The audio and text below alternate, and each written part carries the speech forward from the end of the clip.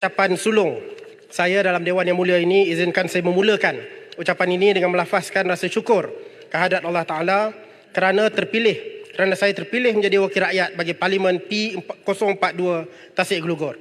InsyaAllah mandat yang diberikan akan saya pikul dan junjung dengan sebaik mungkin untuk manfaat semua warga Tasik Glugor tanpa mengira latar belakang. Sebelum saya melanjutkan ucapan, saya juga secara peribadi ingin mengucapkan tahniah kepada Tuan Yang Dipertua kerana terpilih sebagai Yang Dipertua bagi Dewan Rakyat. Walaupun sebenarnya tadi saya tak sokong Datuk Yang Dipertua, tapi saya yakin dan saya amat berharap bahawa Datuk akan menjalankan tugas dengan penuh amanah dan tanpa berat sebelah. Lepas ni jumpa saya.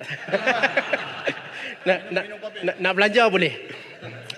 Tuan Yang Dipertua, Kerajaan Gabungan Pakatan Harapan Barisan Nasional ini yang dipimpin oleh Yang Amat Berhormat Tambun bukan kerajaan perpaduan, dan naratif yang didendangkan dengan menjual titah Yang Di-Pertuan Agong adalah suatu pembohongan kerana seluruh alam Melayu, seluruh negara kita sudah tahu bahawa jajaran Pakatan Harapan dan Barisan Nasional ini telah disusun sejak sebelum PRU 15 lagi oleh Yang Amat Berhormat Tambun dan Yang Amat Berhormat Bagan Datuk.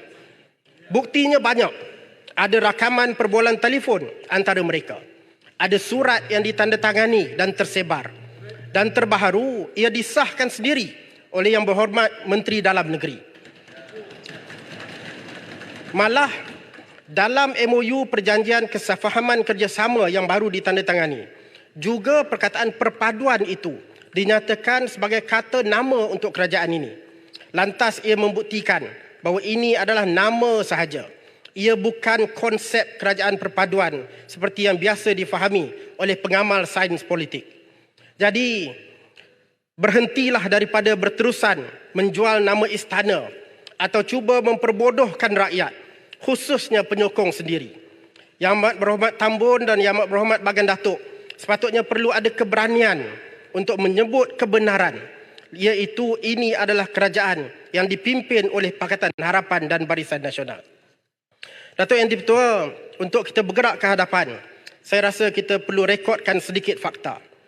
Kita tahu tiada mana-mana parti yang memperolehi lebih daripada 50% ataupun majoriti mudah daripada kerusi-kerusi yang dipertandingkan. Parti-parti yang memperolehi bilangan kerusi adalah seperti berikut. Pakatan Harapan 82 kerusi. Perikatan Nasional 74 kerusi jika tidak dimasukkan 4 kerusi bersatu yang ditandingi menggunakan logo GRS seperti yang disebut oleh beluran tadi. Barisan Nasional 30 kerusi. Gabungan Parti Sarawak 23 kerusi. Gabungan Rakyat Sabah 6 kerusi. Warisan 3 kerusi. Parti Kesejahteraan Demokratik Masyarakat KDM 1 kerusi. Parti Bangsa Malaysia 1 kerusi. Dan Ahli Bebas 2 kerusi.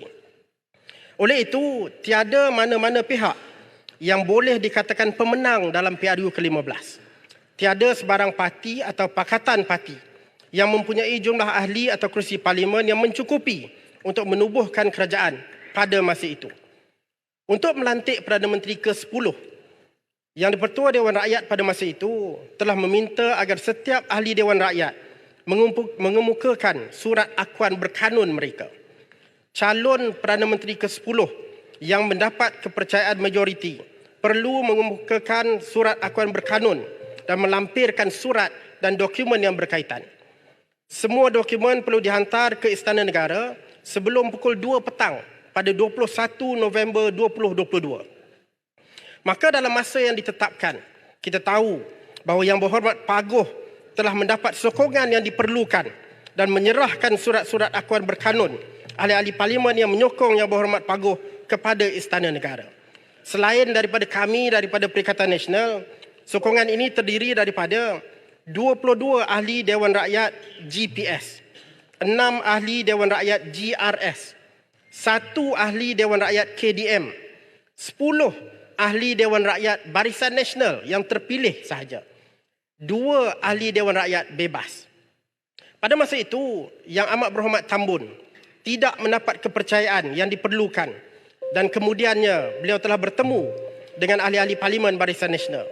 Susulan kepada pertemuan itu, Barisan Nasional meminta pelanjutan masa untuk menyerahkan dokumen yang diperlukan. Ni ucapan sulung Tuan Ketua bagi sikit lagi. Yang berhormat Baginda Datuk juga membuat tohmahan palsu bahawa surat akuan berkanun daripada 10 ahli Parlimen Barisan Nasional yang menyokong Yang Berhormat Paguh adalah tidak sah kerana kononnya tidak dipersetujui Majlis Tertinggi Barisan Nasional. Sebenarnya tiada apa kehendak di sisi undang-undang untuk mendapat persetujuan Majlis Tertinggi Barisan Nasional. Malahan, saya mendengar bahawa sebenarnya yang tidak mendapat apa-apa mandat daripada Dewan Tertinggi Barisan Nasional ialah Yang Berhormat Baginda Datuk itu sendiri. Tuan Yang Dipertua, saya nak mengambil peluang ini untuk berpesan kepada sahabat-sahabat saya, khususnya ahli-ahli parlimen yang berada di sebelah sana. Kita dipilih oleh rakyat atas dasar kepercayaan bahawa kita mampu menggalas tugas dan menjadi jambatan bagi menyuburkan demokrasi di negara kita. Kita bukan boneka, kita bukan bangkai bernyawa, kita ada maruah dan kita tidak boleh semudah itu dicucuk hidung oleh satu MOU yang tidak berperlembagaan. Dalam hal ini, saya ingin mengambil peluang untuk mengucapkan tahniah kepada Yang Berhormat Pasir Gudang kerana teguh mempertahankan prinsip demokrasi berparlimen. Suatu prinsip yang bagi saya dengan penuh sedih saya sebut, semakin pupus dari hati dan sanubari sebahagian rakan-rakan saya yang ada di sebelah sana. Tuan Yang Dipertua, sebagai pemimpin generasi baru yang masih tebal dengan semangat idealisme kenegaraan, yang menjunjung tinggi soal prinsip kenegaraan dan perjuangan, soal integriti dan soal tadbir urus negara yang baik. Saya sejujurnya merasa malu apabila dunia memperlekeh, menghina dan mentertawakan Malaysia. Sebaik saja Yang Amat Berhormat Tambun membentuk kabinet. Media-media antarabangsa, The Washington Post, Nikkei Asia, BBC News, AP News mengecam dan memperlekehkan kita. Apa maksud semua ini? Inikah dia cerminan negara Malaysia yang hendak kita bawa? Inikah dia reformis yang dilaung-laungkan selama ini? Inikah dia perjanjian atau perjuangan anti rasuah yang dijaja ke serata alam? Rupa-rupanya bukan reformis, tetapi bukan juga pejuang anti rasuah, tetapi politikus oportunis yang percaya bahawa matlamat menghalalkan cara, yang penuh dengan wayang dan drama. Dan kini Tasik Logo boleh. Wan Digap. Dan kini beliau boleh bahagia berkedudukan dengan kleptokrat.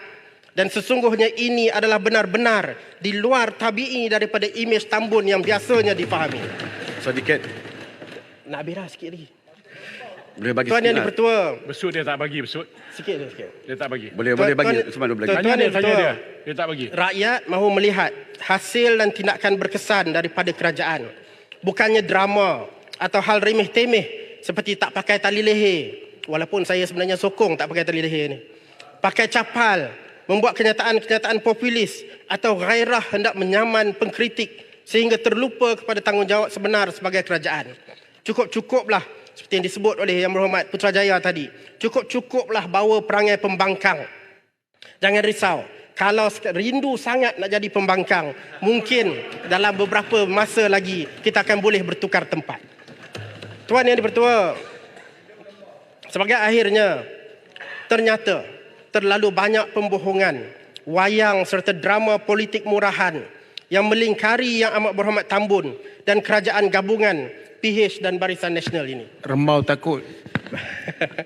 Bukan itu saja, dalam tempoh kurang sebulan ini pun sudah beberapa kali U-turn dibuat, termasuk dalam soal lantikan politik untuk syarikat GLC, dan semua ini amat memalukan. Dan saya nak tanya kepada rakan-rakan saya yang dulu sama-sama duduk dalam perjuangan kita. Dengan izin Tuan Yang Dipertua, what really happened to you?